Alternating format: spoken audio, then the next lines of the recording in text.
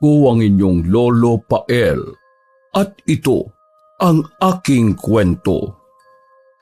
Sabik na pumasok si Zig sa bagong pundar na pinagawa niyang malaking bahay na nakatirik sa lungsod ng Leyte. Ngiting-ngiti na pinagmasdan niya ng tingin ang malaking espasyo ng kanyang bahay. Maaliwalas tingnan at presko ang kulay puting dingding sa iba't ibang bahagi ng tirahan niya na yon. Sa loob ng isang dekadang pagsasakripisyo niya bilang OFW sa bansang Dubai, nakamit na niya ang kanyang inaasam at pinapangarap na magkaroon ng sariling bahay at lupa. Hindi lang sa lungsod ng Leyte na may bahay at lupa siya na ipundar, kundi sa lungsod din ng Pasig at Pasay din, kung saan naninirahan din ng iba niyang pamilya at mga kamag-anak. Sa wakas, solong-solo ko na tong bahay nito dito sa Leyte. Dahil din sa aking pagsusumikap sa Dubai, meron na ring malaking bahay ang mga magulang at kapatid ko sa Pasig. Nabigyan ko na rin ng pansamantalang tirahan sina tito at pinsan ko sa Pasay. Ay, salamat naman. Mariin pang napapikit si Zig. Pinadaop ang palad at nag-usal ng panalangin ng pasasalamat sa may kapal. Salamat po, Lord. Natupad ko na po ang pangarap kong magkaroon ng 3 bahay sa isang dekada kong pagtatrabaho sa ibang bansa. Nakatulong din po ako sa aking pamilya. Maraming salamat po talaga sa lahat ng biyayang natanggap ko po ngayon. Kung hindi po dahil sa inyo, hindi ko po ito lahat magagawa kung hindi dahil sa tulong ninyo at pagkapit ko po sa inyo. Salamat at hindi nyo rin ako binitiwan. At palagi nyo kaming ginagabayan at hindi pinababayaan. Salamat po talaga, Lord, ah. Nangangako po ako na babawi po ako sa inyo. Ngayon nandito na ako sa Pinas. Dadalo na po ako sa bawat misa tuwing linggo. Napaantanda ang binata at muling nagpasalamat sa may itaas. At muling nagpasalamat sa may kapal. Bago nagsambit ng Amen. Hindi talaga ako makapaniwala sa lahat ng ito. Nagawa ko to. Ay nako, thank you po talaga, Lord. Puhunan lang talaga yung pagiging madiskarte at pagsusumika para maabot natin ang ating mga pangarap sa buhay. Nilibot ni Zig ang 2-story house na ipinatayo niyang bahay. Pumanik siya sa itaas. May 2 silid na okupado doon. Pinasadya niya yon para yung isang kwarto magagamit niya sa kanyang pahingahang tulugan habang yung isa naman gagamitin niya sa trabahong work from home. Napaisip pa siya kung babalik pa ulit ng bansang Dubai. Pero sa huli, nakapag-decide na siya na dito na lang sa Pilipinas magtrabaho. Total, nakapagpundar na naman siya ng bahay at lupa sa pagiging OFW. Isa pa, mahirap ang magsakripisyo lalo na't nakaka-homesick din ang mapalayo sa pamilya at kamag-anak. Mas lalo lamang din siyang mangungulila dahil hindi niya matitikman ng masasarap na pagkain Pinoy sa bansang kanyang kinalakihan o kinagisnan. Ganon din ang pagdiriwang ng Pasko at pagsalubong ng bagong taon kasama ang mga pamilya, na hinding-hindi na niya dapat pang palagpasin sa taong ito. Ngayong nakauwi na siya at nasasabik na makabanding ang pamilya. Bumaba na si Zig matapos siyang ma-check ng maayos ang 2 silid na kanyang pinagawa sa mga laborer. Tinawagan niya ang mga ito para buuin ang kulang na bayad sa pakyawang serbisyo ng mga ito sa kanyang pinatayong bahay. Naupo muna ang binata sa malambot na couch habang hinihintay ang mga laborers na gumawa sa pinataas at pina-second floor na 2-story house. Pagkarating ng mga laborers, kaagad na naglabas ng libu-libong papel ang binata at inabot sa mga manggagawa. Maraming salamat sa pag-aayos at pagpapatayo ng bahay ko, ha. Ito pang tip para sa inyo. Tanggapin niyo na. O basta hati-hati kayo dyan, ha. Para sa inyo lahat yan. Magiliw na nagpasalamat naman ang mga manggagawa kay Zig at tuluyan na ring nagpaalam. O sige, paano? Hindi nyo nahintayin yung in-order ko sa inyo, ha? Okay, mag-ingat kayo sa pag-uwi nyo. Sa susunod ulit, kapag may ipapayos ako sa inyo. Baka yung kusina ko naman. Kukontakin ko na lang kayo ha. Sige, ingat. Nang mawala na sa paningin niya ang mga manggagawa, napansin niya na may nakatayo palang matandang lalaki sa kanyang harapan na gula-gulanit ang damit. May maiksing maong na pantalon at walang sapin sa paa na di kalayuan sa harap ng kanyang bahay. Tinitingala ng may edad na lalaking yon ang kanyang 2-story house. Halata sa bahagyang nangungulubot nitong itsura ang pagkamangha. Subalit may kutob ito na hindi maganda sa kaharap na matanda. Para bang naniniktik. Nahusgahan pa niya sa isip para itong miyembro ng isang akyat bahay gang. Tangka pa yatang looban nito ang kanyang bagong tayong bahay. Tinawag ni Zig ang matanda sa pamamagitan ng pagsitsit. Shh! Tay! Ano pong ginagawa niyo dyan? Bigla siyang binundol ng kaba nang tumingin ng masama ang matanda sa kanya. Pero hindi siya nagpagapi. Itinaboy niya ang may edad na lalaki pero may paggalang pa rin. Pwede po ba? Umalis na po kayo dyan? Lumapit naman ito sa kanya at dala ng takot, pumasok agad siya sa loob ng bahay at tangka na siya ng isasara ang pinto na yari sa konkretong salamin nang magpakilala ito. Paps! Pag mo muna akong pagsarhan, iho! Kapitbahay mo ako! Bahagyang binuksan ni Zig ang pintuan ng bahay na yari sa salamin at nilabas ang may edad na lalaking sa pakiwari niya, isang masamang loob. Pero nagkakamali lang pala siya ng hinala. Yan yung bahay namin, oh. Diyan kami nakatira ng asawa ko. At mahigit 10 taon na kaming residente dito sa Leyte. Sinundan niya ang itinuro ng lalaking isang bahay na yari sa pinagtagpi-tagping lata ng gatas at marupok na kahoy. Ratrat na rin ang bubong na pinagtitirhan ng mag-asawa. Halatang nangangalawang at butas-butas na ang bubungan. Nakaramdam ng awa si Zig sa kanyang may edad na kapitbahay. Sa estado ng buhay nito, maski sa pisikal nitong kaanyuhan. Ganun po ba? Ay, pasensya ka na, iho, ha? Kung natakot kita. Hindi ako masamang tao. Talagang namanghalang ako sa laki ng bahay mo. Hindi kasi namin nakalain ng misis ko na may mayaman na kaming kapitbahay. Namula naman ng magkabilang pisngi niya sa hiya sa ipinahiyag na yon ng lalaki. Nako, hindi naman ako mayaman, tay. Talagang may sapat lang na budget para makapagpatayo ng pinapangarap kong solong bahay. Katas ng pawis at pagsusubikap ko sa pangingibang bansa ko sa loob halos ng 10 taon. Nahihiyang sagot niya sa kapitbahay. Ay, kaya pala maingay nitong mga nakarang araw. Ikaw pala yung nagpapagawa dyan. Panay ang pokpok. Puti at nakilala ka namin. Ay, teka, ano nga palang pangalan mo? Kahit may pag-aalinlangan, nagpakilala siya sa kaharap na matanda. Ziggy nga po pala. Pero you can call me po Zig for short. Ay, ang ganda naman ng pangalan mo, ha. Kakaiba. Zig. Ako naman si Aloy. Pero Tatay Aloy na lang, anak, ha. Pasensya na. Napakunot ng noo si Zig sa agarang paghingi ng pasensya ni Mang Aloy sa kanya. Po? Bakit po kayo nagsosorry? Ay, kasi parang ang kapal naman ng pagbumuka ko na tawagin mo akong tatay. At tawagin kitang anak. Hindi naman tayo magkaano-ano, di ba? Mahinang natawa si Zig. Ikaw naman po, tay.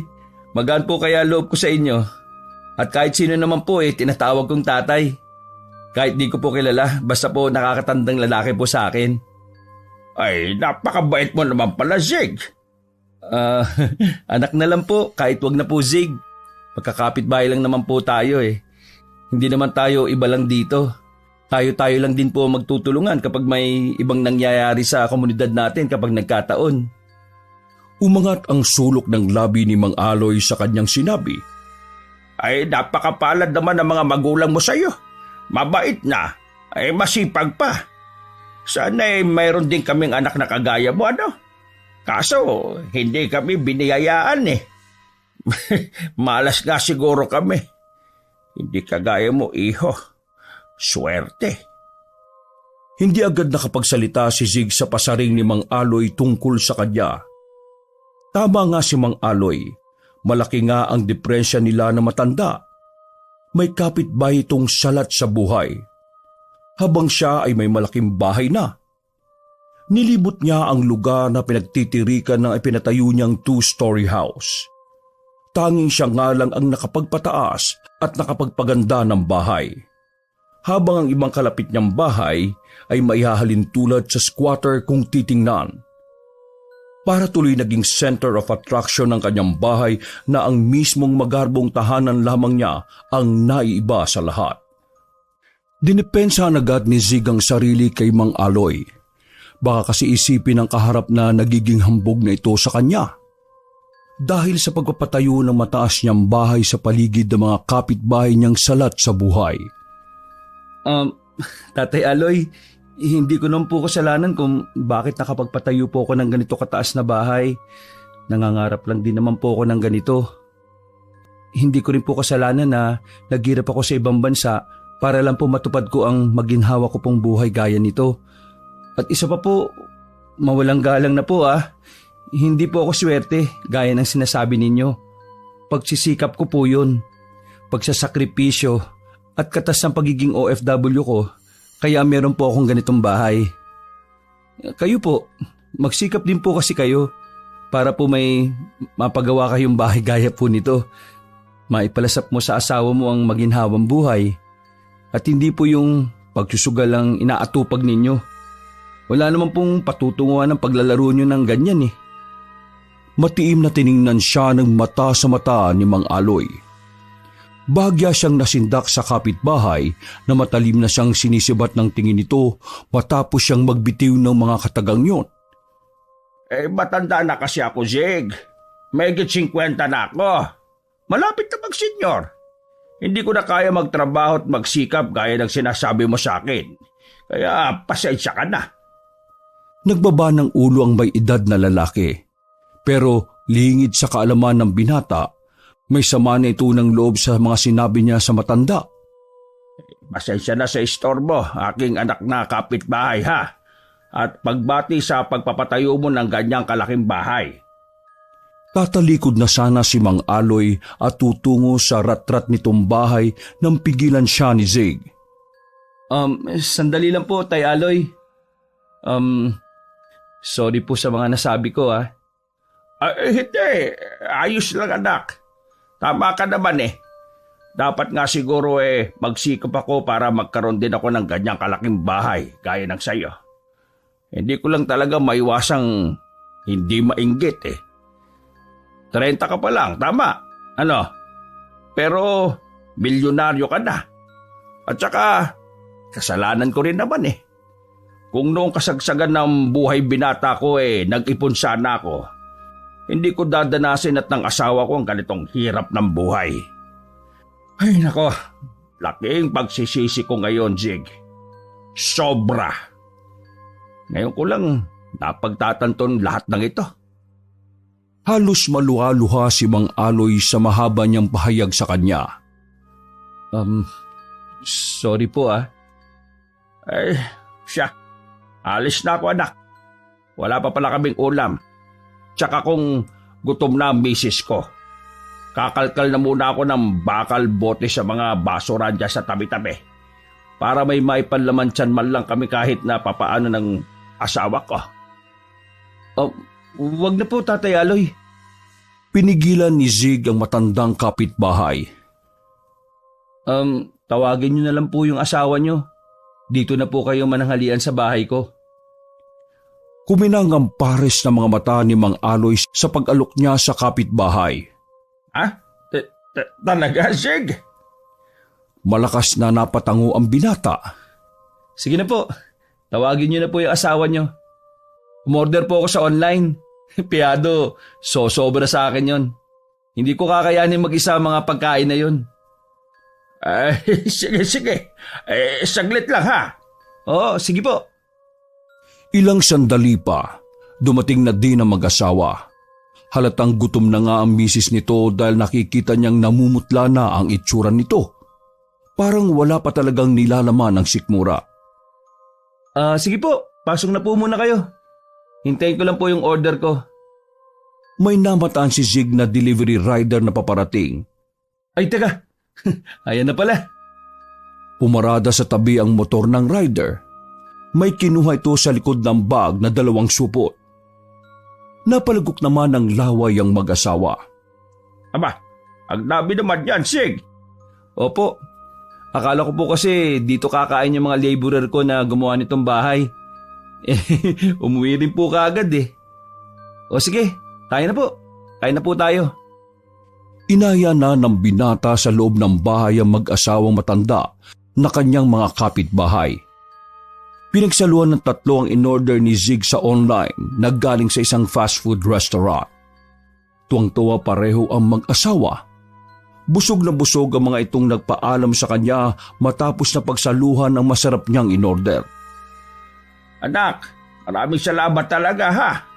Grabe, unang beses pa lang naming nakakain ng gano'n ang misis ko sa tanang buhay namin. At saka, mas nagustuhan namin pareho ng commander ko yung peach mango pie ba yun? Matamis nga lang. Bawal na pala sa aming matatanda.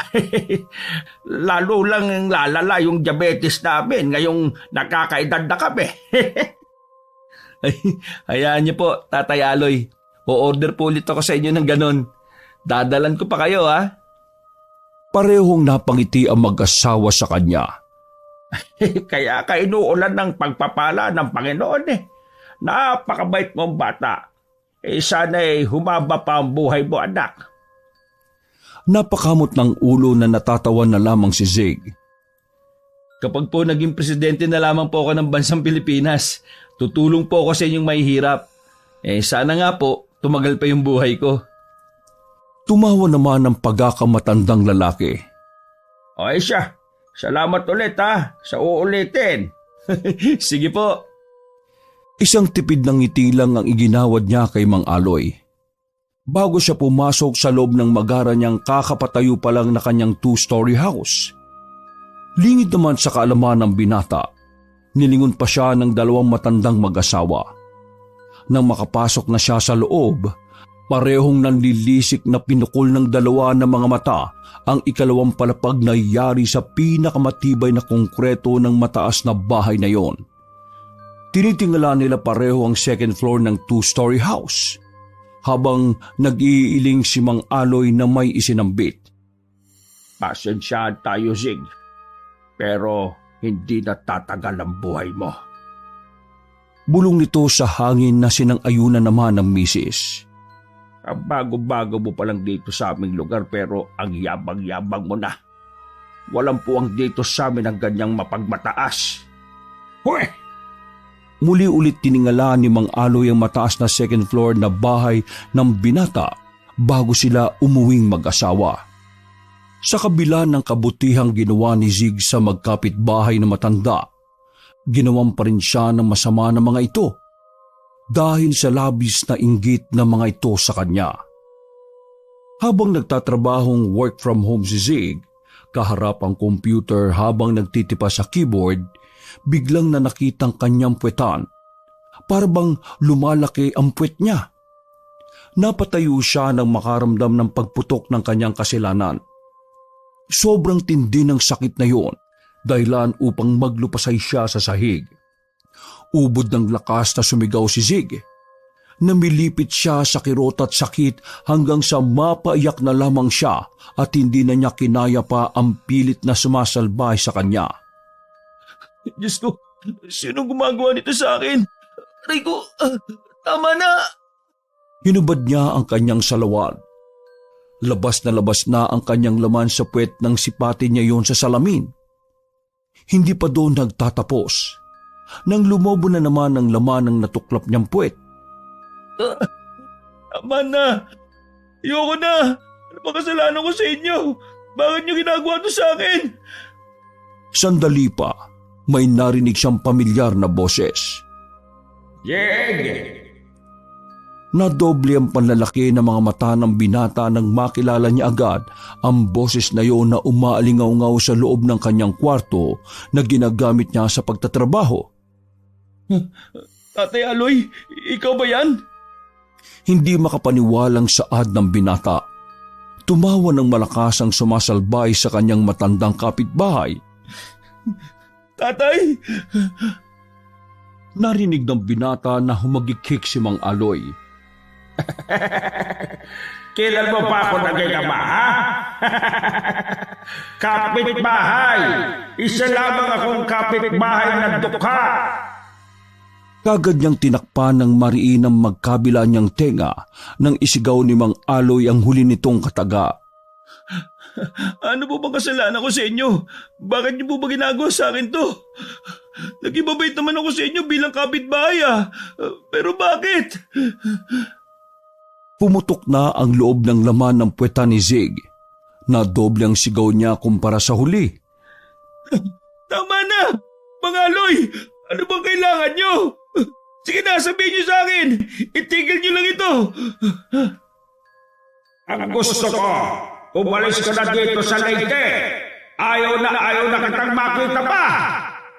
Oh, bakit to? Wala lang. Muling bumalanghit ng iyak si Zig nang may tumagas na malapot na pulang likido sa sahig na nanggaling sa kanyang puwetan. Kalat na kalat yun sa kanyang sahig. Para rin siyang nabaldado nang hindi na siya makatayo pa. At isa pa nga pala.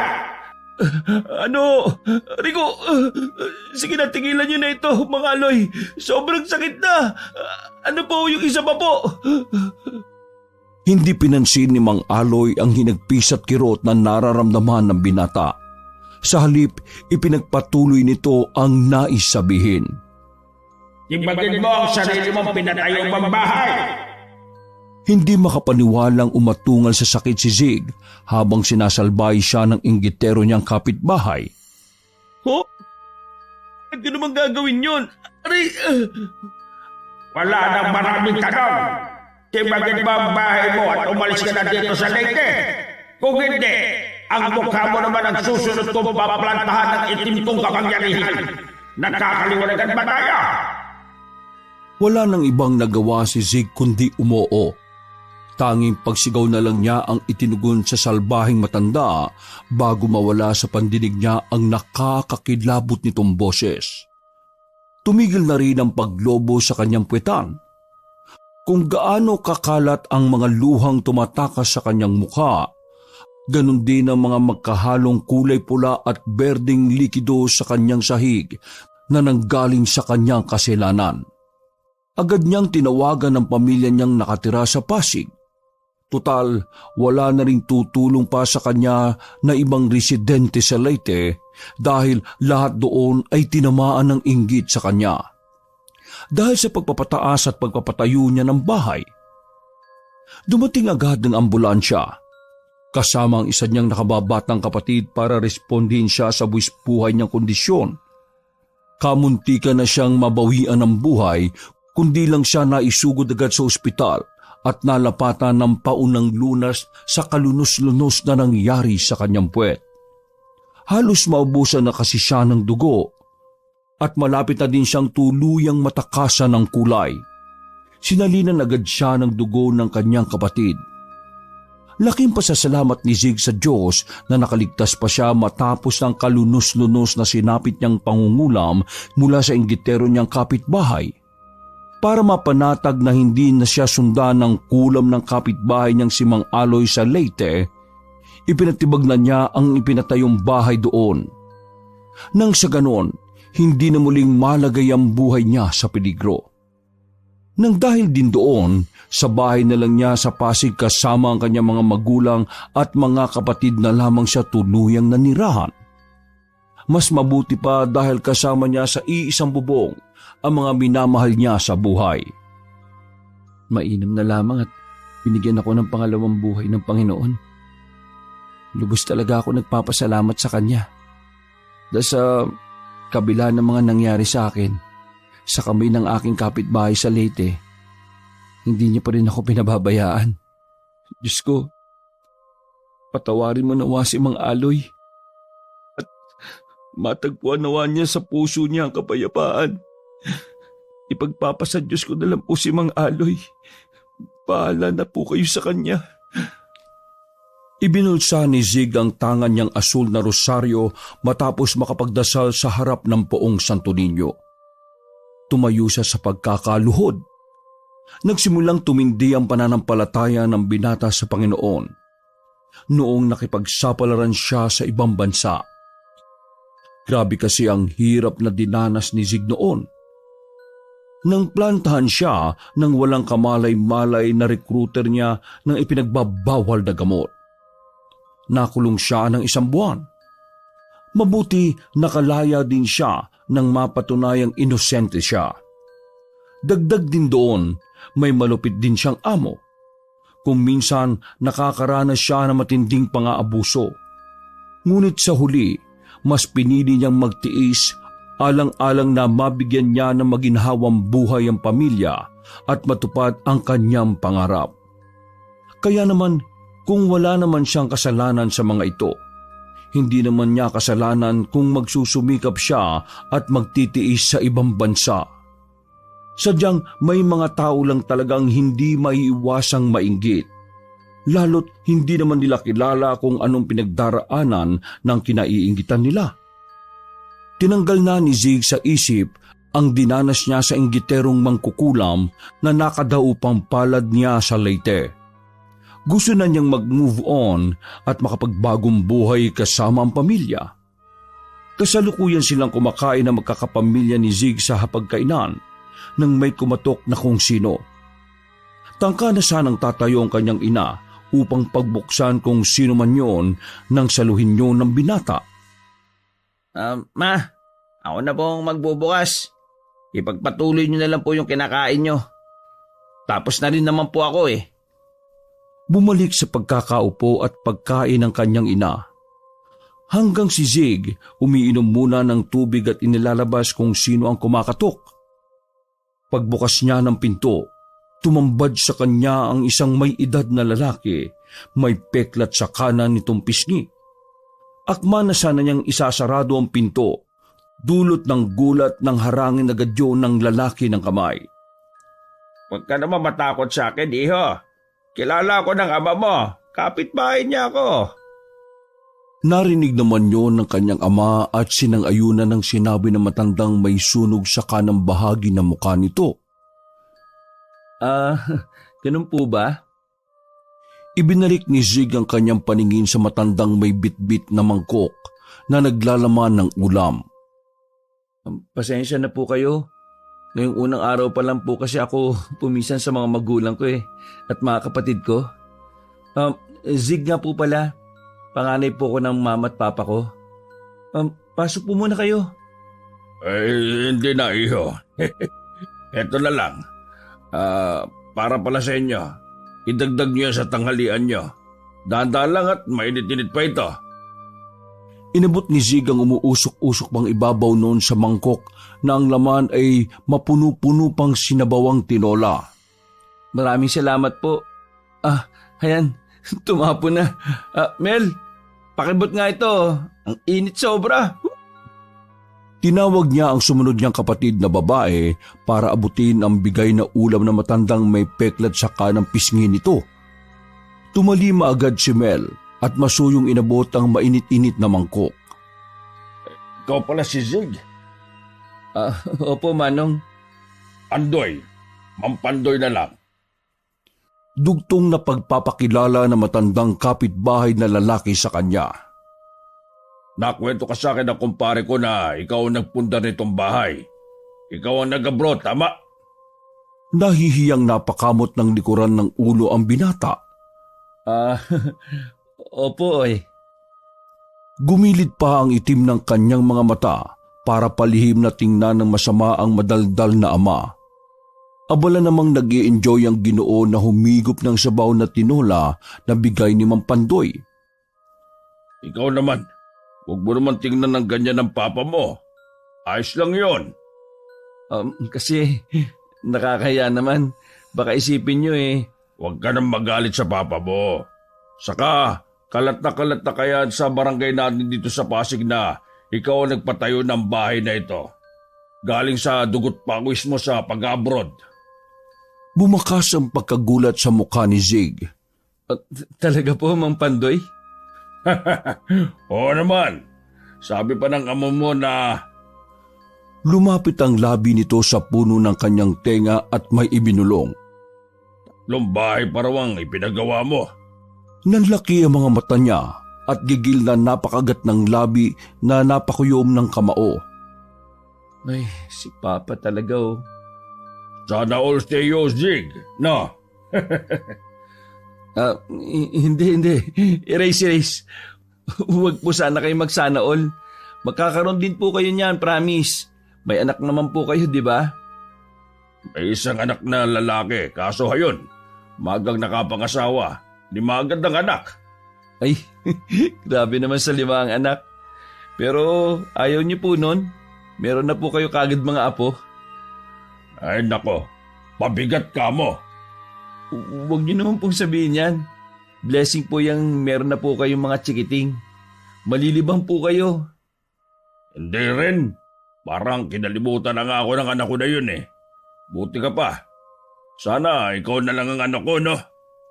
Hinaplos ni Mang Pandoy ang mabukol-bukol na kanan niyang braso. Nakaramdam naman ng pagkaasiwa si Zig at binawi ang braso na tangka na sanang kakapit. Sige po. Maraming salamat po ulit sa ulam niyo ah. Ay, teka po. Mel, akin na yung mangkok. Lumapit ang kapatid niyang babae na sumunod sa kanya at inabot ang mangkok sa kanya na isinali na sa kanilang lalagyan. Ito po pala yung mangkok. Hindi na po namin hinugasan ah. Hindi, ayos lang. Natutuwa lang ako na nakilala ko na yung breadwinner at panganay ni kumpare. Sana, akin ka na lang. Tipid na napangiti si Zig at inilabas pabahagya ang kanyang ngipin. May gagawin pa po ako at itutuloy ko na po yung kinakain ko. Napakamot pang muli sa likuran ng ulo ang binata. Ganun ba? Ay, pasensya na sa abala, ha? Hindi po, ayos lang po. Salamat po ulit. Nang makalabas na si Mang Pandoy, isinara niya kaagad ang pinto. Napabuntong hininga siya at sinapo ang dibdib. Nag-aalala siyang tinanong ng kanyang mga magulang at kapatid. Ikinibit balikat niya lang ang ikinilos niya at pinagsabihan ng ama na huwag kung kani-kanino nagkukwento ng tungkol sa kanya. Baka mangyari na naman yung nangyari sa kanya sa Leyte. Na merong mainggit dahil nakapagpatayo siya ng bahay na bunga ng 10 dekadang pagsasakripisyo niya sa abroad. Pinagtalunan niyo ng mag-ama hanggang sa magsagutan at magtampuhan. Para pa daw isinusumbat sa Ginoo ang pagdudubay niya. Sinugot naman niya ang ama na masyado yung tsismoso hanggang wala nang nagpapatalo sa paggitan ng dalawa. Kaya para hindi na lumaki ang gulo, nagdesisyon siyang lumabas muna at magpalamig. Pareho kasi silang mainit. Bumili siya sa malapit na tindahan ng malamig na soft drinks. Sinimutyo ni Zig. Hindi pa siya nakontento, bumili din siya ng yosi. Hinitit yun at saka ibinuga ang usok. Saktong bibili rin ng kapitbahay nilang matandang may peklat sa kanang pisngi na kanilang kapitbahay na si Mang Pandoy. Nanlaki ang kanyang mga mata. Tangka na sana siyang aalis pero pinigilan siya nito. Oh, saan ka na naman pupunta? Bakit ba takot na takot ka naman yata sa akin? Nagpalusot na lamang si Zig. Hindi po, Mang Pandoy. Ubus na po kasi yung upos nitong sigarilyo kaya alis na po ako. Eh, huwag ka naman umiwas sa akin. Magkapit-bahay lang tayo. O bakit? Sa tingin mo ba, may gagawin ako sa iyong hindi maganda? Umiling ang binata. Hindi naman po. Ang bait nyo nga po eh. Natural lang yon, magkapit-bahay tayo eh. Ay siya nga pala, dinalang ko ng sinampalukang manok yung pamilya mo doon. Tikman mo ha. Nakangiting napatango naman siya at magiliw na nagpasalamat sa butihing kapitbahay. Bakit ka nga pala nandito sa tindahan? Nagsasalo-salo ng pamilya mo doon ah. Ikaw lang ang wala. Bahagyang napayuko si Zeke. Nagkatampuan po kasi kami ni Papa eh. Ayaw magpatalo. Iginigit kasi yung sa kanya. Baka naman kasi iniisip niya na kaya ka sumasagot dahil nagmamalaki ka na sa kanya. Porke ba ikaw ang nagpunta ng bahay at lupa nyo? Porke ikaw ang nang ibang bansa. Parang wala tuloy siyang silbi bilang padre de pamilya. Alam mo ba, ganyan din ako eh. Ganyan kami mga ama. Kapag sinasagot kami ng mga anak namin, nababawasan ang pagiging tatay namin. Kaya marami mga tatay na lumalayo ang loob sa mga anak eh. Mahabang pahayag ni Mang Pandoy sa kanya. Sa tingin niyo po ba, Mang Pandoy, kailangan ko pong humingi ng tawad kay Papa? Abay, dapat lang. Walang magagawa yung pagpapataasan ng ihi. Ikaw na magpakumbaba. Ikaw ang anak. Samantalang siya, similya ka niya. Nanggaling ka sa kanya, di ba? Malalim na napaisip ang binata at mahinang napatango-tango.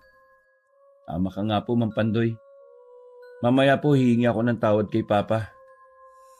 Gusto mo bang sumama ka muna sa akin sa bahay ko? Doon ka muna tumuloy pansamantala. Ay, hindi na po. Uwi na po ako sa amin. Salamat po sa payo niyo, ha? Akmang lalagpasan na niya ang matanda, subalit tumarang kagad ito sa kanya. Hindi ka pwede umalis. Dito ka lang. Kumabog ang dibdib ni Zig nang mag-iba ang boses na matanda. Ha? Teka po, ano pong nangyari sa inyo, Mang Pandoy? Bakit po nag-iba ang boses ninyo? Tumingigas ang mga mata. Titigan mo ko. Tumitig naman siya sa mga mata ni Mang Pandoy na nagdidilim na hanggang sa unti-unting baluti ng dilim. Para siyang hinihigop ng paningin nito at inaangkin siya paunti-unti. Matatakasan sana siya ng ulirat at maangkin ang kapangyarihan nito nang may tumawag sa kanyang pangalan. Malakas siyang napailing. Tiningnan niya ng masama ang matanda na hinihipnotismo na pala siya. Saka bumaling sa matabang babaeng tumawag sa kanya. Bakit po? Ano pong nangyayari? Sinugot siya ng matandang ginang na biglang nagsusutsukaraw ang kanyang ama't ina at mga kapatid sa hindi malamang dahilan. Ano po? Diyos ko po, ano pong nangyayari? Mabilis na tumalili si Zig patungo sa kanilang dalawang palapag na bahay. Pagdating doon, halos manlambot ang kanyang mga tuhod nang may nagkukumpulan ng mga tao sa tapat ng kanilang tirahan. Nakiraan siya sa mga kapitbahay na nakikiusisa. Naitutup niya ang nakaawang na bibig nang magkalat ang mga itim na suka ng kanyang mga magulang at kapatid sa sahig. Puro mga peste na matatagpuan lamang sa alagang hayop na aso't pusa ang naisuka ng kanilang pamilya.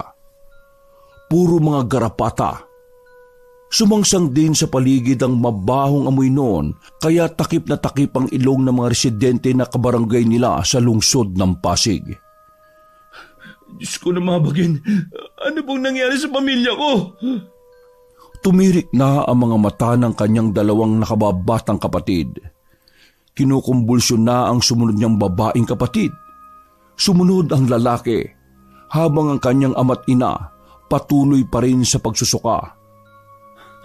Ano pang tinatayo niyo dyan? Tumawag kayo ng ambulansya, bilis! Mamamatay na ang pamilya ko! Tulong! Tulong! Lahat ng mga usisero't usisera ay nakamata na sa kanila. Walang rumiresponde ni isa. Kaya naman isa-isa na niyang inilabas ang mga nangingisay niyang dalawang kapatid. Tulungan niyo po kami! Ano ba? Huwag niyo lang po kaming tignan! Maawa naman po kayo sa amin, oh! Maya-maya lamang narinig na nila ang wangwang ng ambulansya. Isa-isa nang ipinasok ang kanyang pamilya sa loob ng mapagresponding sasakyan. Iyak ng iyak si Zig habang nasisilayan na unti-unting nauubusan ng kulay ang mukha ng dalawa niyang nakababatang kapatid. Na-admit ang 4 na miyembro ng kanyang pamilya sa ospital. Kagaya ng kanyang ama't ina at 2 nakababatang kapatid, kamuntikan ring bawian ng buhay ang mga ito, gaya ng nangyari sa kanya sa Leyte sa kamay ng mangkukulam na si Mang Aloy. Nagaya na naman muli sa mangkukulam na kapitbahay nila doon sa Pasig na si Mang Pandoy. Hindi talaga nawawala ang mga inggit sa paligid.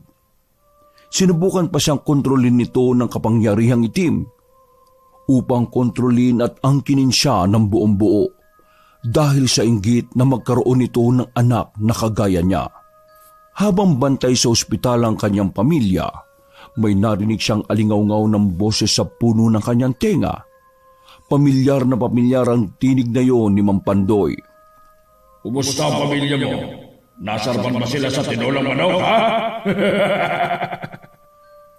Gaya ng kanyang inaasahan, ang kapitbahay nga nilang si Mang Pandoy ang may kagagawan kung bakit na-ospital ang kanyang pamilya at kamuntikan ng malagay sa alanganin.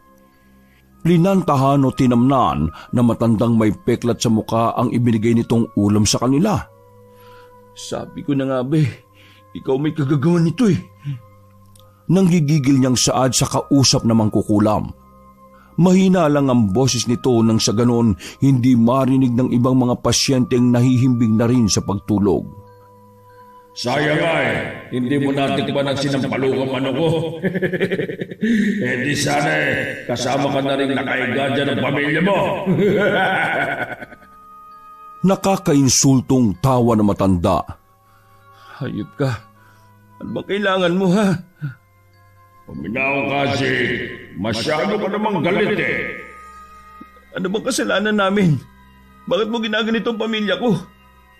Ikaw lang naman ang kailangan ko, Zig. Kasi gusto ko magkaroon ng anak na kagaya mo.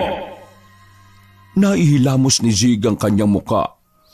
Hindi mo ko anak, Mang Pandoy. Alam ko, kaya nga naiingit ako kay kumpare. Kasi may anak siyang kagaya mo. Masipag na, madiskarte ka. Hindi kagaya ng anak ko. Ano bang kailangan mo sa amin? Sabihin mo na. Paggalingin mo lang yung pamilya ko. Parang awa mo na. Napahagikik si Mang Pandoy. Kita mo na, kaya gusto kita eh. Napalambot mo kaagad ang puso ko. Sana may anak akong kagaya mo. Please, Mang Pandoy, paggalingin mo na ang pamilya ko. Ibibigay ko na lang sa iyo ang lahat ng ipo kong pera. Huwag mo na silang saktan, Mang Pandoy, please. Dahil sa pagsusumamo niyang yon, tila ba may ibinulong na kung anong kakaibang lingwaheng Latin na matandang kapitbahay nilang mangkukulam na malinaw niyang naiintindihan. Tumingin siya sa cardiac monitor at naging normal ang alon ng tibok ng puso ng kapatid niyang si Mel.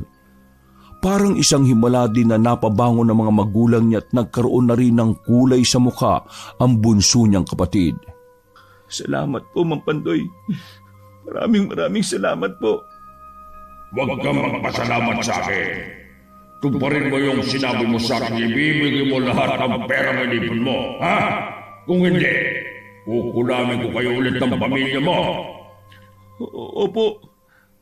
Alam kong limpak-limpak na pera ay tinatago mo sa iyong baul ng kayamanan. Ilagay mo lahat ng pera mo sa isang malaking bag. At iwan mo sa puno ng mangga, malapit sa tindahan ni Aling Puring. Maliwanag! Opo, sige po. Maliwanag pa sa sikat ng araw. Hindi na muling narinig ni Zig ang umaalingaw-ngaw na boses ni Mang Pandoy. Sinunod na lamang niya ang sinabi nito. Sumunod siya sa kasunduan nilang dalawa. Ang 50,000 pisong perang inipon niya, inilagay niya sa black bag at iniwan sa puno ng mangga. Umalis din siya at nagtago sa gilid ng iskinita.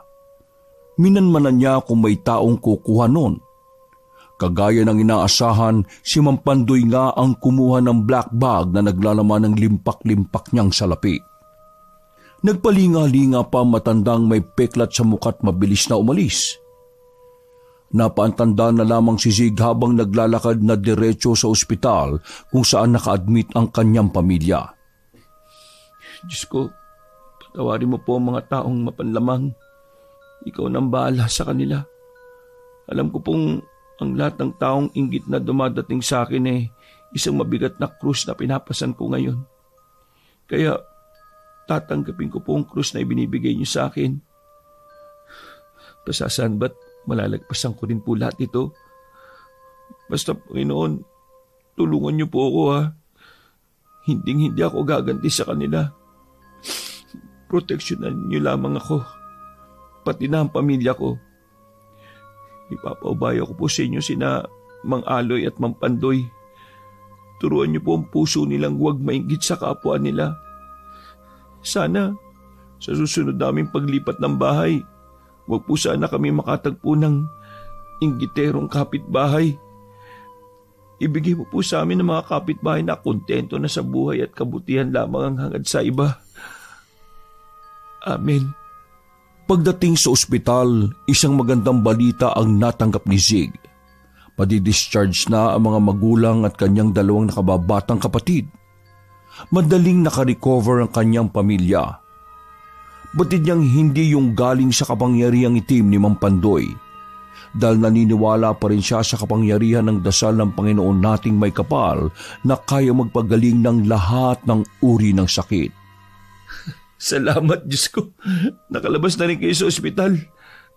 Sa linggo sabay-sabay tayo magsisimbang 5. Magpasalamat tayo sa Panginoon dahil binigyan niya pa kayo ng ikalawang buhay. Sana hindi na ito maulit pang muli sa atin. Tinanong siya ng amatina, maski ang kanyang dalawang kapatid kung bakit sila tinamaan ng ganoong uri ng sakit. Ayon lang naman sa doktor, nakita na na-dehydrate lamang silang walang kahit na anumang nakita sa tiyan at ibang laboratory test, kung bakit nagkandasuka-suka sila ng mga nakakadiring garapata. Naisip niya si Mang Pandoy, kung sasabihin niya ang totoo, baka igiit ng kanyang ama na maghain ng reklamo sa inggiterong kapitbahay upang mabulok ito sa bilangguan. Sa kabilang banda, natatakot siya sa kung anong maaaring gawin itong muli sa kanila. Mahirap kalaban ng may kapangyarihang itim. Baka mas matindi pa ang balik nito sa kanila. Kapag sasabihin niya ang tunay na dahilan kung bakit biglang sumakit ang tiyan ng kanyang mga magulang at dalawang kapatid. Basta po, huwag niyo na pong intindihin pa yun.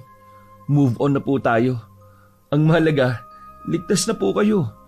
Pero kailangan muna nating lumipat sa Pasay. Kuryoso naman ng kanyang pamilya at makailang ulit na nagtanong sa kanya. Huwag na po kayong magtanong pa ng kung ano-ano. Sundin niyo na lang po ako. Okay po ba yon? Ngunit sadyang makulit ang ama. Hindi ito titigil hanggat hindi nalalaman ang tunay na dahilan ng bigla nilang paglipat. Basta po pa, sumunod na lang po kayo sa akin.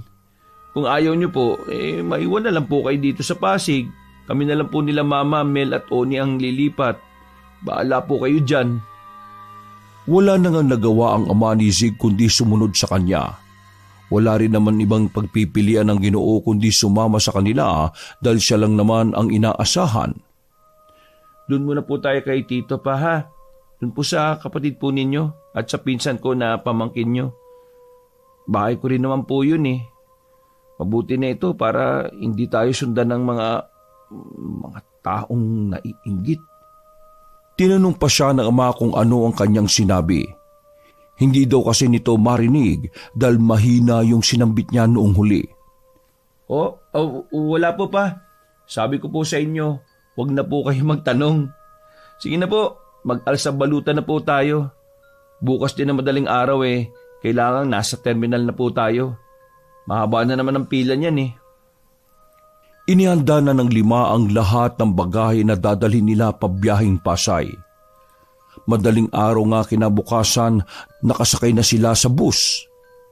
Habang lulan ng biyahe, nakatanaw si Zig sa bukas na bintana ng sasakyan. Iniisip niya pa rin ang dalawang nakainkwentro niyang kapitbahay na sina Mang Aloy at Mang Pandoy. Tumatak talaga sa kanyang utak ang mga sinabi nitong pagbabanta na hindi niya kailanman malilimutan.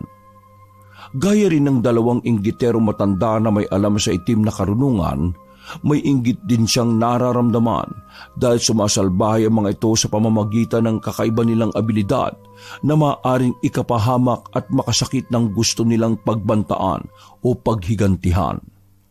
Malalim siyang napabuntong hininga, dala ng frustration sa sarili. Kung may alam lang ako sa pangungulam, Magiganti talaga ako sa mga kapitbahay ko na yun eh. Subalit, napagtanto ni Zig ang isang berso sa Biblia na nabasa niya kamakailan lang, na ayon sa taga-Roma 12 versikulo 19 hanggang 21. Huwag kayong mga gigantihan, mga iniibig, kundi bigyan yung daan ng galit ng Diyos, sapagkat nasusulat, akin ang pagiganti, ako ang gaganti, sabi ng Panginoon. Muli ay tinapik ang binata ng realisasyon sa sarili at napaantanda. Sorry Lord kung nakalimot po ako. Ikaw na po ang gumanti para sa akin at sa aking pamilya. Isa pa sa tinapik sa kanyang isip nang mabasa ang Bible verse tungkol sa pagiging inggit ng isang tao. Ayon naman kay Santiago verse 3-16, sapagkat saan man naroon ang inggit at makasariling hangarin, naroon rin ang kaguluhan at lahat ng uri ng masamang gawa. Nag-sign of the cross ulit si Zig sa 3 beses at mariing napapikit. Tama. Itong nararamdaman kong paninibugho, hindi maganda. Papayapain ko na lang ang sarili ko kaysa mainggit ako na magkaroon ng ganong uri ng kapangyarihan na galing sa dyablo. Dinukot niya ang asul na rosaryo sa kanyang bulsa. Umusal siya sa pagpapatawad at pagpapasalamat. Inusal na rin niya ang proteksyon na makarating ng ligtas patungo sa lungsod ng Pasay. Halos 1 oras din ang inabot ng biyahe bago makarating sa mismong lungsod kung saan may ipinatatayo pa siyang isang bahay na ang pumisan ay ang tito at ang anak nito na kanyang pinsan. Sumakay pa sila ng isang tricycle bago makarating sa 2 palapag na naipundar niyang bahay sa lungsod na yon. Tumaupo siya at agad na pinagbuksan ng kanyang pinsang lalaki. Sinalubong din sila ng kanyang tiyuhin at magiliw na pinapasok sa loob ng kanyang bahay. Nagpasalamat pa siya kahit hindi naman kailangan dahil pagmamayari din naman niya ang bahay at lupa na yon na ipinamigay niya sa ibang kamag-anak.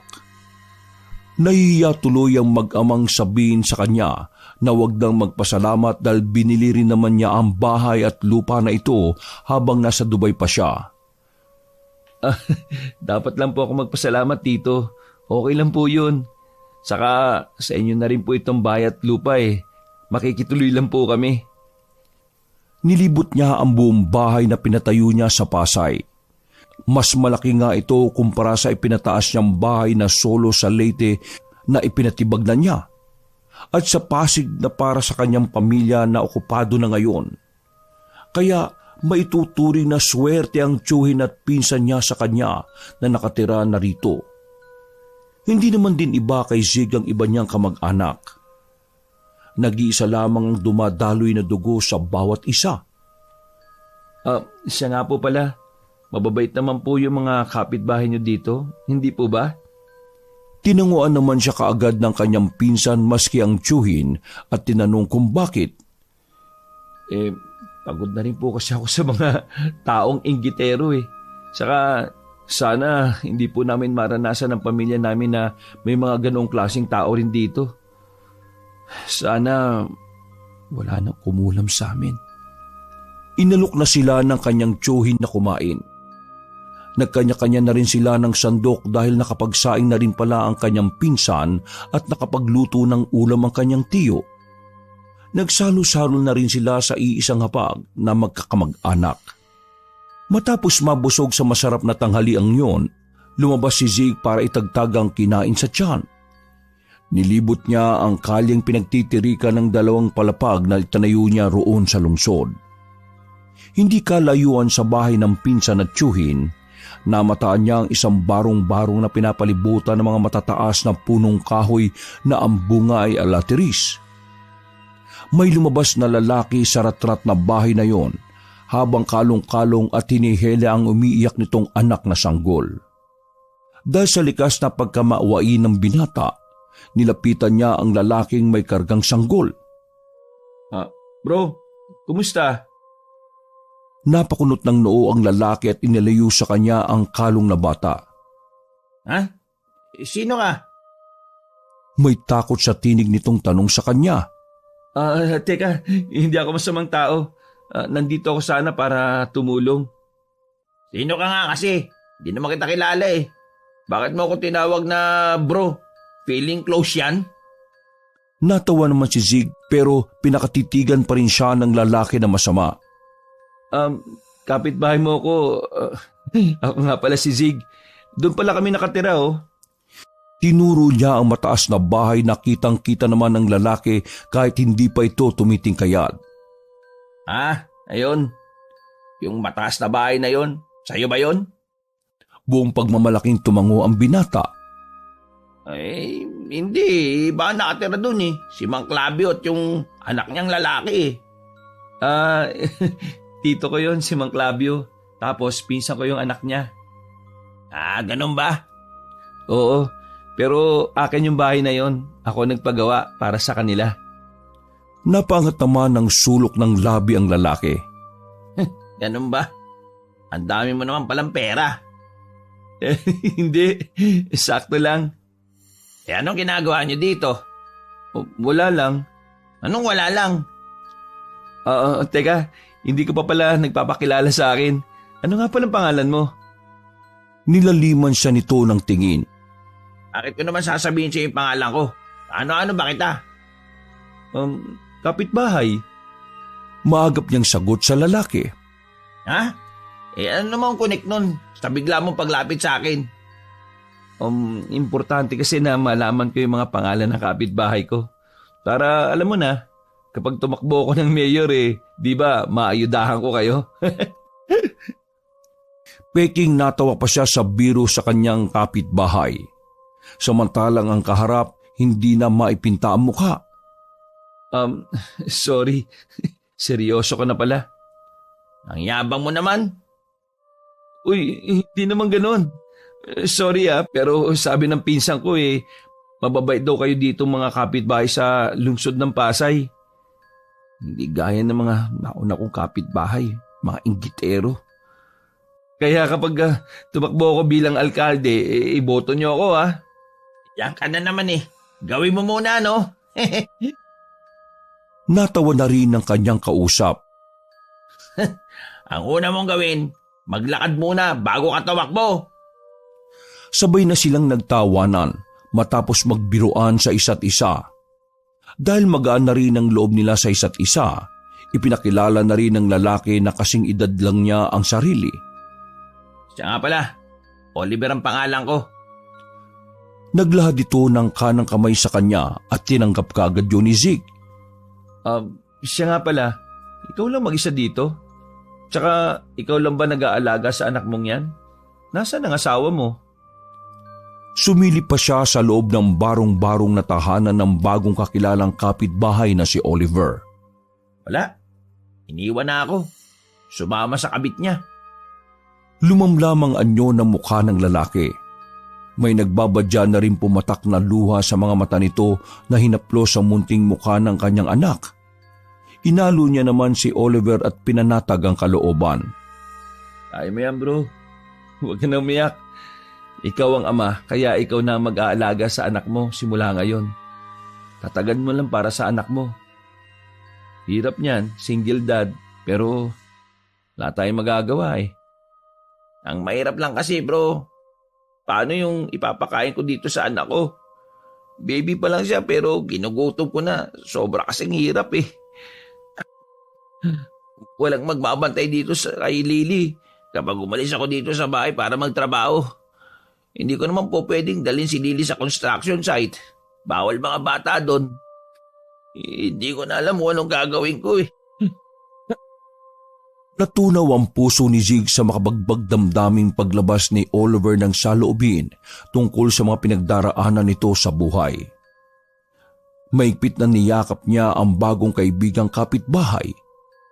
Tinapik-tapik niya ito sa balikat.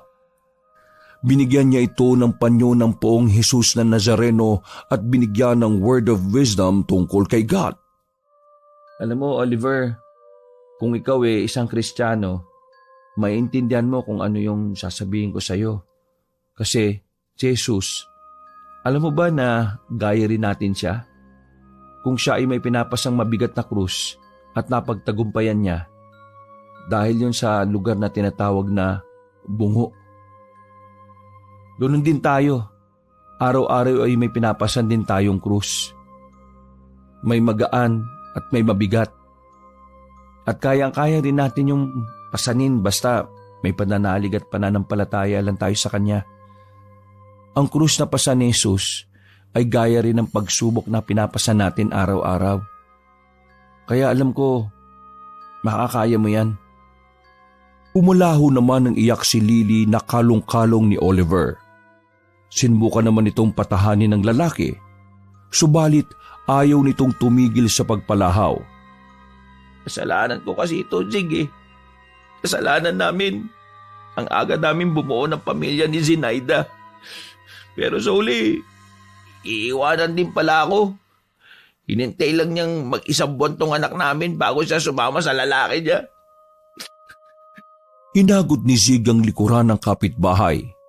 Pinapalakas pa rin niya ang loob nito kahit umaagos pa rin ang mga luha sa pares nitong mga mata. Mas lalong nahabag ang binata sa kalagayan ng kanyang kapitbahay. Kaya isang desisyon ang pumitik sa isipan niya para bawas sa alalahanin ni Oliver. Kung gusto mo, sa amin ka muna ng anak mo habang nagtatrabaho ka. Ihabili mo muna sa amin ang anak mo at kami nang bahala na mag-alaga at magpadede sa kanya. Tumigil sa kakaiyak si Oliver sa narinig nito mula sa kanya. Talaga, bro?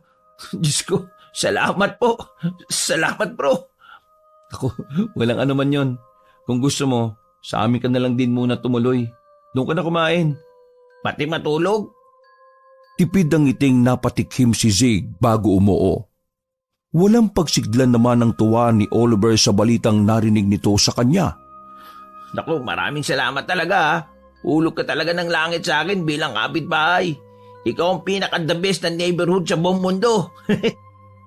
Tangkang hahalikan pa sana siya ng kapitbahay ngunit kaagad siyang lumayo. Oops, iba na yan ha. Ay, sorry naman. Natutuwa lang talaga ako sa'yo. Tinupad nga ni Zig ang sinabi niya kay Oliver. Ipinakilala niya sa mga kamag-anakan ang kanyang kapitbahay para doon pumisan. Agad na nagreklamo ang kanyang ama sapagkat 7 na raw sila doon. Magdadagdag pa ng isa para maging 8. Hindi lang po 8, 9 pa. Ito pa yung anak niya oh. Kalong-kalong niya po. Napailamos ng mukha ang kanyang ama. Sinipat naman agad yon ng mga magulang, kapatid, pinsan at tiyuhin. Nagsalubong agad ang kilay nila't nagkatinginan. Oh, bakit? Ano pong problema? Kasi naman tayong lahat na siyam dito sa bahay na ito eh. Sa taas na lang tayo, Mel at Oni. At kayo insan at tito, doon kayo sa isang kwarto po ha. Si mama at papa naman dito sa ibaba. At itong kapitbahay natin at anak niyang si Lily. Bro, kahit dito na lang kami sa ibaba ng anak ko. Paglalatag na lang kami ng banig. Nakakaya naman eh. Hindi bro. Kailangan nyo ng komportableng kwarto at mahihigaan.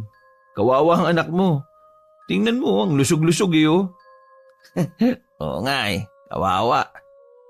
Napatas ang sulok ng labi ni Oliver habang may pagdududa sa mga matang tinapunan nito ng tingin ng kamag-anakan ng binata.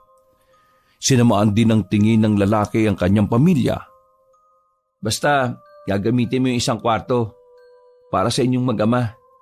Hindi pwedeng dyan na kayo sa banig matutulog, no? Aba, kawawa naman ang inaanak ko. Ang cute-cute, oh. Talaga, paring Zig, inaanak mo na ito? Ninong ka na ni Lily? Napatango si Zig. Eh di, mabibigyan mo rin to ng regalo sa Pasko. Tiyempo, malapit-lapit na. Oo naman. Cute-cute kaya ni Lily. Chuchu! Pinisil-pisil pa niya ang magkabilang pisngi ng sanggol. Kaso, hindi pa nabibinyagan ng anak ko eh. Wala pa kasi kaming pambinyag eh. Ayos lang yon. Darating din tayo dyan. Kapag may sapat ka ng ipon, imbitahan mo ako bilang ninong nitong si Lily. Nako, salamat talaga kumpare. Ang swerte ko talagang kapitbahay mo. Walang ano man yon. Basta para sa iyo At kay Lily, magpapakagalante ako sa inyo. Inapiran pa niya ang lalaki at nilaro-laro ang batang karga nito. E di, sisimulan mo na magtrabaho bukas?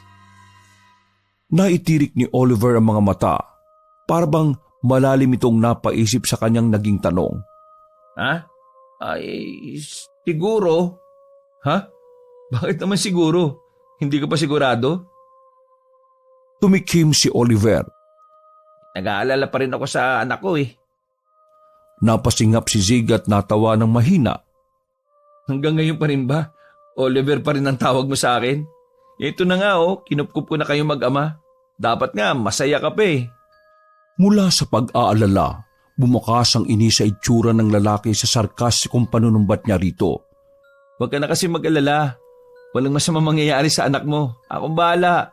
Pangako, magpapakaama ako kay Lily. Sinuntok niya ng mahina sa braso ang lalaki. O paano? Panikin ako sa itaas ha. Marami pa akong gagawin eh. Tinanguan lang siya nito. Saka na umakyat. Sinundan pa ng masama nitong tingin ng binata bago may ibinulong sa hangin. Napakayabang. Alam mo kung sino. Kabago-bago ko palang dito eh. Sinumbat na niya kagad yun. Kaliit na tulong. Sinipat ni Oliver ng tingin ng kalong-kalong nitong sanggol. Hinawi nito ang nakabulumbon na lampin sa isang taong gulang na bata. Ikaw ang tutulong sa akin, Lily. May sasakatuparan ng plano namin ni tatay. Libangin mo ang ninong Zig mo kuno ha. At chucho, ang cute-cute mo talaga. Itinuro ni Zig ang kwarto na magamang Oliver at sanggol na si Lily sa isang bakanting silid. Masinsinang chinikna ng lalaki ang mga kailangan nitong galawin. Kinabisado ang bawat haligi ng bahay. Nang malaman na nito ang pasikot-sikot, doon na isinagawa ni Oliver ang masama nitong balak sa malaking bahay na yon ni Zig. 9:00 ng gabi, itinaon ni Oliver na nahihimbing na sa pagtulog ang lahat, maski ang binatang si Zig. Maingat ang bawat takbang niya. Nang sa gayon, hindi ito makalika ng kahit na anumang ingay na maaaring ikapahamak nito. Dahan-dahang tinungo ng lalaki ang silid ni Zig. Wala itong kahit na anong pansapin sa paa para hindi maging matunog ang kanyang paglalakad. Marahang niyang binuksan ng drawer nito kung saan nakatago ang lahat ng alahas at natitira pang salapi ng binata. Nang malimas na yun ni Oliver, doon ito nakahanap ng pagkakataong tumakas. Ngunit bago pa makalayo ang lalaki sa mataas na bahay na yun ni Zig, isang masamang balak pa ang isinagawa ni Oliver. Yabang mo pare ha. Sige, magyabang ka lang. Dahil yung kayabangan mong yan ang magdadala sa'yo sa impyerno. Dalhin mo ang kayabangan mo kay Satanas ha. Doon na kayong lahat magsama-sama. Habang binubuhusan ng lalaki ng gasolina ang bawat bahagi ng haligi ng tahanan ng nahihimbing na tulog na si Zig, narinig ni Oliver ang biglang pagpalaho ng sanggol na kanyang anak na si Lily sa loob ng bahay. Ngunit hindi na nito yon binigyan ng pansin. Ang importante dito, matupok ni Oliver ang pinagyayabang daw kuno ni Zig na mataas nitong bahay na pagmamay-ari na ng kanyang tiyuhin at pinsan. Dinukot ni Oliver ang maliit na kahon ng posporo sa kanyang bulsa. Sinindihan niya ang posporo at walang pag-aalinlangang itinapon yon sa binuhusan niya na gasolina. Mabilis na gumapang ang apoy. Nang masiguro na niyang unti-unti nang sinisilaban ng mataas na bahay na yon, kaagad na tumakbo palayo ang lalaki habang tawa ng tawa. Yan ba'y pinagmamayabang mong malaking bahay, Zig? Wala na, abo na yan. Sama-sama na kayong maging abo at maglaw na parang bula. Pweh! Samantala, biglang nagising si Zig nang makaamoy ng usok sa paligid. Ha? Anong nangyayari? Diyos ko, sunog! May sunog! Ubo ng ubo si Zig habang inahawi na kamay ang itim na usok sa paligid. Ma! Pa! Mel! Oni! Gumising kayo! May sunog! Humingi kayo ng tulong sa kapitbahay! Kamunti ka nang mabagsakan ng nalaglag na nagliliyab na kahoy galing sa kisame si Zig. Kung hindi lang siya naging alerto na patalon. Diyos ko, bakit naman nagkaganito? Diyos ko, iligtas mo kami! Naganap ng pwedeng paglabasan si Zig sa delikadong nagliliyab na bahay na yon. Halos napapalibutan na siya na nagliliyab na apoy. Mukha yata din na trap na siya roon. Dahil kapag nagtangka siyang lumabas, palaging may nakaabang na harang na kahoy na sinisilaban ng apoy. Diyos ko, tulungan mo po ako. Ano ba nangyayari? Hindi na malaman ni Zig kung ano ang gagawin. Nilibot niya ang mga mata gayong napupuwing na siya sa itim na usok. Samahan pa ng iritable rin sa lalamunan ang nalalanghap nitong polusyon sa paligid. Dahilan para dalahitin ng kakaubo ang binata. Saan kaya ako pwede makalis dito? Ako naman, hindi ko na alam ang gagawin ko. Hanggang sa mapatpad ang paris niyang mga mata sa bintana. Wala na siyang ibang pagpipilian kundi basagin yon para makaalis sa nagbabagang lugar na yon. Sobrang tagaktak na siya ng pawis. Parang naligo na rin siya at basang-basa na ang suot niyang kamiseta sa sobrang init na dinaranas niya. Napalagok pa siya ng laway kahit wala na siyang malunon sa grabing pagkauhaw.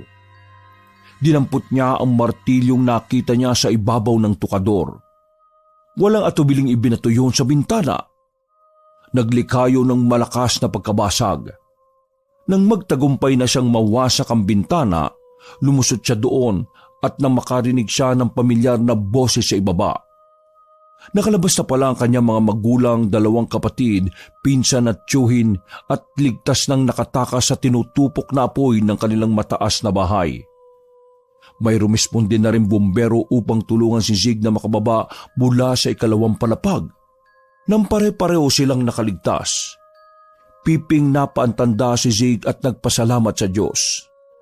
Diyos ko, salamat po. Ligtas po kaming Hindi na naituloy ni Zig ang susunod na sasabihin na makarinig siya ng malakas na unga ng sanggol sa loob ng nagliliyab na tinutupok na apoy niyang bahay. Diyos ko, hindi ito maaari. Si Lily at si paring Oliver nasa loob pa.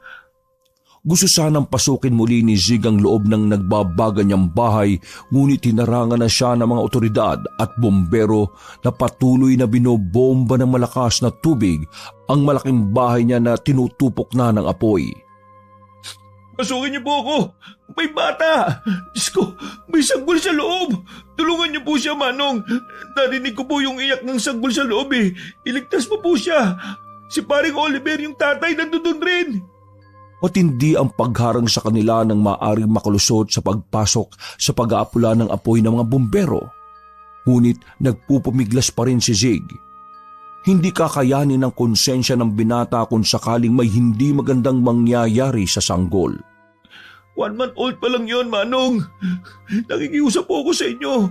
Iligtas niyo po yung bata. Hindi deserve ng baby na mamatay sa ganoong edad. Hindi pa rin yan nararanasan na mabuhay dito sa mundong ito.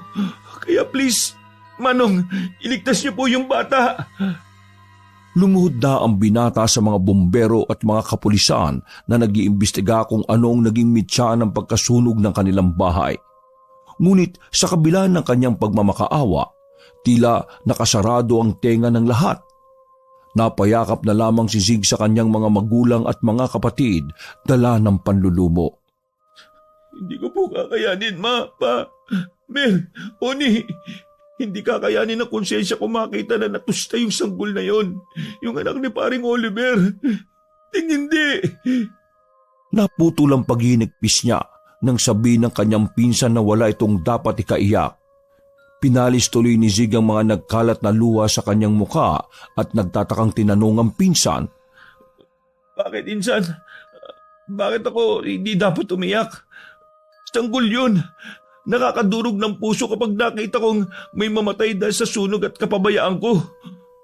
Mas lalo pang mag-iinit sana si Zig at gustong banatan ng sagot ang kanyang pinsan nang dumating ang rumesponding bumbero sa loob ng kanyang bahay. Lumapit agad siya sa dakilang bumbero at tinanong kung may natagpuang bang sanggol doon. Ngunit isang balita ang natanggap ng binata na nagpagimbal sa kanya. Dahilan upang magtaasa ng balahibo nito sa katawan. Walang kahit anong bata o bangkay ng sanggol ang natagpuan sa loob na nag-aapoy niyang tirahan. Sa halip ay isang sunog na manika. Ha? Manika? Talaga po, manika? Napatango ang bumbero. Parehong nanlambot ang mga tuhod ni Zig sa mga nalaman. Ipinakita pa ng bumbero ang sunog na laruang pambabaeng yun sa kanya. Itim na yon. Bakas na bakas ang pagkasunog noon na nangangamoy goma pa. Pinakatitigang maigi ni Zig ang manika. Kalintulad nga yun sa itsura ng kalong-kalong ng kumpare niyang si Oliver.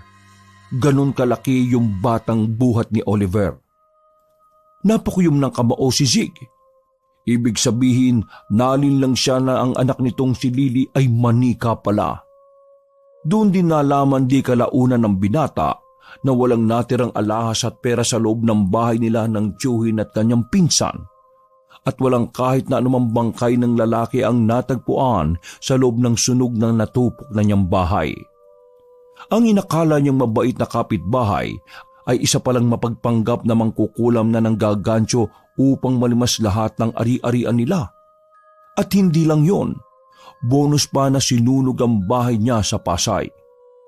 Hindi akalain ni Zig na lahat na makakadaupan niyang palad na kapitbahay ay naging malupit sa kanya. Dahil na lang sa matinding inggit, kaya pa siyang abusuhin at pagsamantalahan upang makinabang sa kanyang pinaghirapan sa pag-aabroad. Sa kalagitnaan ng matinding pagsubok na yon, nanatiling kumapit si Zig sa Panginoon. Naging pansamantala nilang tirahan ng simbahan.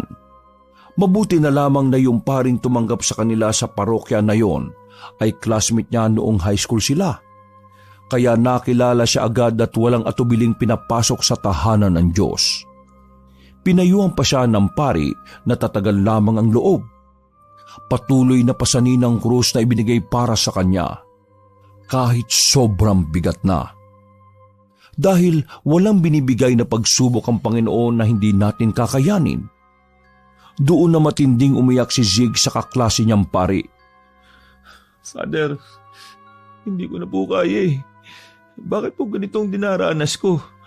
Lahat na lang ba ng tao may inggit sa akin? Kahit saan po ako magpatayo ng bahay, sa sarili ko, sa pamilya ko, sa kamag-anak ko, lahat po ng makilala kong kapitbahay, lahat sila naiinggit sa akin. Kaya pinagsamantalaan nila yun para pahirapan pa ako lalo. Wala naman akong ginagawang kasalanan eh. Father, bakit ang unfair? Bakit? Hinayaan na lang ng pari niyang kaklase na umiyak lang siya ng umiyak hanggat wala na siyang mailuluha pa. Nagbigay ng isang litanya sa Biblia na galing sa berso ng Santiago 12, verse 1 hanggang 2 ang pari. Mag-alak kayo sa tuwing dumaranas kayo ng mga pagsubok, sapagkat alam niyong nagdudulot ito ng katatagan sa inyong pananampalataya. Kaya tiisin niyo ang mga pagsubok upang maging ganap at walang anumang pagkukulang ang buhay ninyo. Itinatak ni Zig yun sa kanyang ulo na nagbigay sa kanya ng kapanatagan para mag-move on sa mga nangyari. Tama po kayo, Father.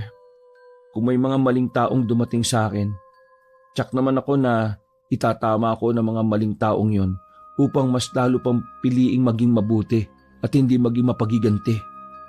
Hinikkan siya ng parit ibinulong sa kanya nito na tsak may darating din na tamang kapitbahay para sa kanya. Na itatrato siya ng mabuti at hindi kailanman kaiinggitan at aabisuhin sa kabila ng tinatamasa niya noon. Salamat po, Father. Naging mas matapang po ako sa hamon ng buhay. Mas kakapit pa ako lalo sa Panginoon dahil sa mga sinabi ninyo. Pinalipas muna nila Zig ang 2 araw bago sila umalis sa silong ng simbahan. Bumalik muli ang binata sa mga minamahal nito sa buhay sa Pasig. Dahil yun na lamang ang tanging bahay na natitira sa kanya na ipinatayo niya. Halos 1 oras din ang inabot sa biyahe bago sila makarating sa lungsod ng Pasig, kung saan niya nakainkwentro ang matandang may peklat sa kanan nitong pisngi na si Mampandoy na may inggit din sa kanya. Siguro naman, wala na doon yung inggiterong si Mampandoy. Sa dami kong binigay na inipon kong pera doon eh. Baka nga nakaalis na siya doon sa lugar na yun. Subalit pagkarating nila Zig doon, saktong pagbaba nila, nasa mismong pinto ng bahay niya nag-aabang ang tusong si Mampandoy. Nakapaskil sa mukha nito ang peking ngiti. Habang nagtatakang pinukulan nila ito ng nagtatakang tingin. Anong ginagawa niyo dito? May bikig sa lalamunang tanong niya sa kaharap ng mangkukulam na kapitbahay. Ilang saglit pa, may pinakita itong papel. Kasulatan na binili na ni Mang Pandoy ang lupa na kinatitirikan ng ipinatayo niyang bahay doon. Akin na ang bahay na ito. Sa amin na. Anong ibig niyo sabihin? Hindi na naituloy ni Zig ang susunod na sasabihin. Nang sumulpot naman mula sa kanyang harapan ang 2 pamilyar na taong sumalbay sa kanya. At parehong tinabihan at pinagitnaan si Mang Pandoy. Ma, wala ka na karapatan sa bahay na ito dahil sa amin na ito ng aking kapatid. Tumpak! Ano, tay? Kapag nagpumilit yung kumpare kong hilaw na yan ulamin niyo na ba ulit ni Tito? Huwag kang mainip, nak. Titingnan natin ang tapang ng taong yan. Nasa punisig ang nakaawang na bibig at hindi siya makapaniwala sa 3 tao sa kanyang harapan na bumili ng titulo ng kanyang bahay at lupa, na walang iba kundi ang 3 kapitbahay niya mula sa iba't ibang panig ng lugar na kanyang nakasalamuha. Tatay Aloy? Oliver? Kayo? Kaano-ano niyo si Mampandoy? Hindi to maaari. Nagkataon lang ba ito? Malakas na napahalakak ng tawa si Mampandoy na pumainlan lang sa lugar na yon. Hindi ka nagkakamali ng iniisip. Magkakamag-anak nga kaming 3. Kaming 3 na yung kapitbahay. Napapailing naman si Zig habang maluha-luha. Ibig sabihin, kayong 3, mga pamilya kayo ng mangkukulam? Mga kapitbahay kong mangkukulam? Hindi to maaari. Kung ano yung iniisip mo, pare, tama ka. Itong si Mampandoy na nakilala mo rito sa Pasig, tatay ko siya. Habang itong si Tatay Aloy mo, tito ko naman, kuya ni tatay. Parang natuliling na ang kanyang tenga. Nabingi na siya sa mga nalaman sa 3 niyang nakilalang kapitbahay, sa 3 niyang ipinatayong bahay sa Leyte, Pasig at Pasay. Hindi niya lubos akalain ng 3 inggitero na kapitbahay niyang ito ay konektado pala sa isa't isa. Ano, Zig? Nak, long time no see Ouch! Ang ibig kong sabihin long time no kulam sa'yo. Sabay-sabay na napahalakak ang 3 kalalakihan. Naguguluhang tanong naman ng tanong ang mga magulang, kapatid, tiyuhin at pinsan niya kung ano ang nangyayari. Pero hindi niya pa maharap ang kanyang pamilya dahil sa samot-saring gumugulo sa kanyang isipan ng mga oras na yon. Ano pare, buti nahanap mo na utak mo ngayon. Noon mo palang ba na-realize na laruan lang yung anak ko na yon? Wala ka pala naling lang ka ng kulam ko. Pangasar ni Oliver sa kapitbahay nito sa Pasay. Ano bang tinatayo-tayo nyo dyan? Umalis na kayo dito. Baka tuluyan namin kayong kulaming 3. Alis na! Umalis na kayo! Tsubi! Naikuyom na lamang ni Zig ang kanyang kamao at galit na nagsambit na bumulong sa hangin. Mga hayop kayo. Sana dumating ang masamang karma sa inyo. Darating ang karma na nararapat sa inyo. At kapag dumating ang panahon na yung dapit hapon, ang langit na ang ahatol sa inyong 3. Hindi na pinatulan ni Zig ang 3 inggitero niyang mga kapitbahay. Hindi man kapanipaniwala at nagsising-in na sa binata na magkakamag-anak pala yun. Naalala din kasi niya ang mga aral na turo sa kanya ng Panginoon na nakuha niya mismo sa kanyang kaklase noong high school na isang pari. Babaunin na lamang niya ang lahat ng yun habang siya ay nabubuhay. Sa isang liblib na lamang nakagubatan si Zig na nirahan sa baryo ng probinsya na isang bahagi sa Nueva Ecija. Kasama ang kanyang pamilya, sama-sama, kontento at walang bahid ng kahit na anumang paghahangad sa sarili. Kahit simple lang silang namumuhay na magkakapamilya, masayang-masaya sila sa isa't isa. Mas mabuti pa pala to. Mahirap. Hindi kataasan ng bahay. Walang gaanong kapitbahay. Walang taong maiinggit. Dapat pala pinili ko na lang na maging payak at hindi tinupad yung pangarap ko eh. Baka sakaling hindi ko pa makadaupang palad yung mga taong yun na kamuntikan na kaming mapahamak. Lumipas ang 1 taon na makapagpasya si Zig na bumalik na sa bansang Dubai upang magtrabaho. 2 taon lang din siya doon. Di gaya sa nauna na inaabot ng 10 taon. Sinabihan niya ang kanyang pamilya na huwag mag-alala dahil sanay na siyang ma-homesick. Magsisimula ulit siya ng panibagong buhay nang sa ganon makakalimutan ng mga taong nanakit sa kanyang damdamin kaya nagkaroon siya ng malalim na sugat na nag-iwan sa kanyang puso.